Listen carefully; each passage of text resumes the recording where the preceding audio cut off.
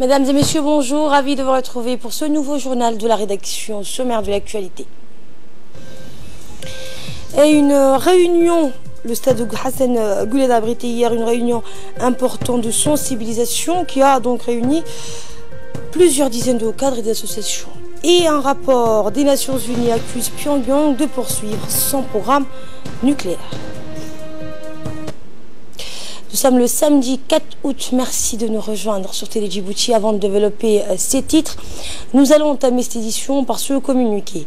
L'État djiboutien a mis fin de manière anticipée le 22 février dernier à la concession du terminal à conteneurs de Doralé attribué en 2006 à la société Doralé Conteneur Terminal, entreprise contrôlée de facto par l'actionnaire minoritaire DP World. Eh bien, l'exécution de ce contrat de concession s'était révélée contraire aux intérêts fondamentaux de la République de Djibouti. La poursuite donc de ce contrat portait un préjudice grave aux impératifs de développement du pays et au contrôle de son infrastructure la plus stratégique. Plusieurs tentatives de renégociation de la concession avec DP World initiées par le gouvernement n'ont pas abouti en raison du refus répété de DP World d'entendre les demandes légitimes de l'État djiboutien.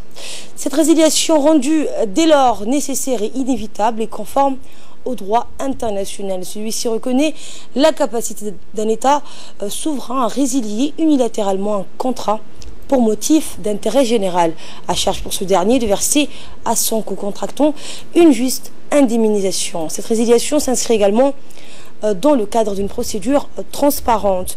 Elle trouve sa base légale dans une loi visant à protéger les intérêts fondamentaux de la nation, votée par le Parlement djiboutien le 8 novembre 2017 et complétée par un décret daté du 22 février 2018. DCT, sur demande de DP World, a pourtant décidé de tenter de s'y opposer et a initié unilatéralement une procédure d'arbitrage auprès de la LCIA, donc la Cour d'arbitrage internationale de Londres, dans le but, annoncé publiquement par DP World, de reprendre dès que possible ses droits sur la concession et ainsi sur l'exploitation du terminal à conteneurs de Doralé. Également dans l'actualité, le ministre de la Santé, le docteur Germain qui a présidé une réunion axée sur l'évaluation de l'efficacité des plans de riposte initiés contre la rougeole, les diarrhées aiguës et le paludisme. Et bien, à cet effet, le ministre de la Santé a convié l'ensemble des directeurs généraux des hôpitaux, des directeurs centraux, des responsables de programmes transversaux, ainsi que les membres de l'inspectorat de la santé pour faire une mise au point sur la prévalence de ces trois maladies en République de Djibouti. L'Union portait en fait sur les voies et moyens de lutter sur trois problématiques qui sont d'une importance capitale pour le système de santé, à savoir en fait la distribution des moustiquaires imprégnés pour lutter contre le paludisme. Le deuxième en fait point était la lutte contre l'épidémie de rougeole et les voies et moyens de vacciner les enfants contre cette maladie qui est la rougeole. Les troisième point était également la question en fait de la lutte contre les épidémies des diarrhées. Et en nouvelle nationale, toujours une mission conjointe de la DDS représentée par M. Galeb Hassan et Abdellah Moutouna de l'agence turque TICA, représentée par son directeur, s'est rendue dans la localité de Assassan, une localité située dans la région de Bok. Eh bien, cette mission avait pour objectif principal de distribuer des kits de santé de premier secours aux habitants de cette localité. Le préfet adjoint Adi Maki et le président du conseil régional Mohamed Hamad, le chef de village, ainsi que les bénéficiaires ont apprécié cette initiative de la DDS et de la TICA.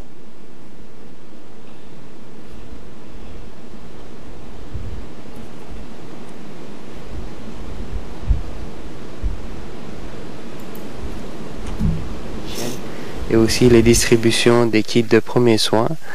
Dans le cadre, nous avons un médecin, étudiant médecin avec nous, et en dernière classe, qui va nous montrer comment utiliser ces kits, comment s'en servir. Encore une fois, je vous remercie beaucoup. Et prenons la parole, le président du conseil régional de Bok, Mohamed Hamad, a insisté sur le fait que la région est prête à accompagner la TICA et la DDS dans leurs efforts de développement local. Écoutons un extrait de son intervention. Donc, depuis qu'il est à Djibouti, elle œuvre beaucoup pour aider nos concitoyens dans différents domaines.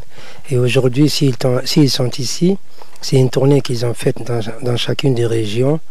Donc Obok étant, je crois, l'avant-dernière étape. Et cette rencontre aujourd'hui sera l'occasion des remises des kits d'hygiène et des kits des premiers soins aussi pour la communauté des Assassin. Donc je voudrais également saluer ici, à travers cette visite, dans l'excellence des relations qu'il y a entre nos deux pays, à savoir la Turquie et la République de Djibouti. Et aujourd'hui, la présence à Djibouti de l'agence turque TICA dont témoigne de l'excellence des relations qu'il y a entre nos deux pays. Je réitère ici au nom de la communauté des Assassin nos remerciements à l'endroit de l'agence turque et avec à sa tête le directeur de l'agence, M. Mamet là. Je le remercie infiniment. Et dans le reste de l'actualité, nous restons toujours au nord du pays où le centre médico-hospitalier de la Ville Blanche procède une fois par semaine à une opération d'assistance médicale au profit des migrants. Eh bien, le médecin-chef du centre médical de Tadjoura et son équipe sillonnent le corridor pour prodiguer soins et assistance aux migrants. En effet, ces actions humanitaires sont entreprises dans le cadre du projet de clinique mobile qui vise à apporter des soins de santé primaire et d'urgence à ces populations rendues vulnérables par les déplacements périlleux et aussi à réduire la mortalité sur ces routes migratoires tout en prévenant les risques sanitaires associés. Par ailleurs, le ministère de la Santé a renforcé les capacités humaines et matérielles de toutes les structures sanitaires se trouvant tout le long du corridor migratoire qui également sont mobilisés pour venir en aide aux migrants.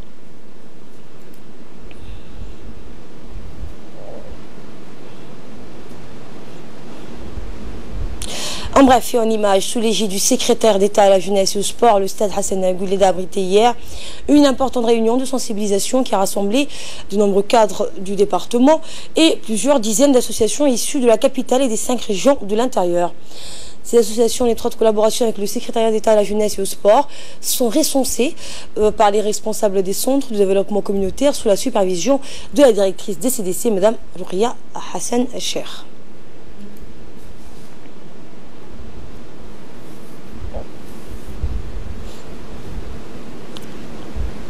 Des associations existantes et qui travaillent avec le SCGS, le secrétariat d'État à la jeunesse et au sport, qui œuvrent dans le domaine du sport et de la jeunesse. Ça, c'est dans un premier temps. Dans un second temps, ce sont des associations dont on a déjà travaillé avec. Et par votre présence, vous mettez en exergue votre disponibilité de poursuivre le travail avec le SCGS. Donc, c'était les 2 objectifs principaux de cette rencontre, de cette première rencontre avec les associations et les CGS. Et dans le reste de l'actualité sport, toujours après 5 jours des travaux intenses de théorie et de pratique, les cours d'arbitrage de haut niveau régional dispensés aux arbitres des 3 pays, Djibouti, la Somalie et le Sud-Soudan, vient de se clôturer. Donc c'est clôturé hier au centre technique de la Fédération de football djiboutien. Organisé sous les auspices de la Fédération djiboutienne de football, une trentaine d'arbitres ont suivi cette formation. Formation d'arbitrage organisée donc avec le concours de la Fédération internationale de football. Ces derniers temps, on constate l'évolution de l'arbitrage dans le monde du football avec l'entrée en service de nouvelles technologies dans cette discipline sportive. C'était un stage qui a commencé le 30 jusqu'au 2 août. Il y avait des instructeurs FIFA et de la CAF. Nous avons développé l'arbitrage dans le domaine du football. Il y avait des lois qui s'est changées, donc nous avons amélioré techniquement et physiquement. Nous aimerons remercier tous les arbitres qui sont participés à ces stages, ainsi que les instructeurs FIFA. D'après l'idée de notre président de la fédération djiboutienne, M. Suleiman Hassan Wabri, qui pense toujours l'évolution de l'arbitrage dans le football.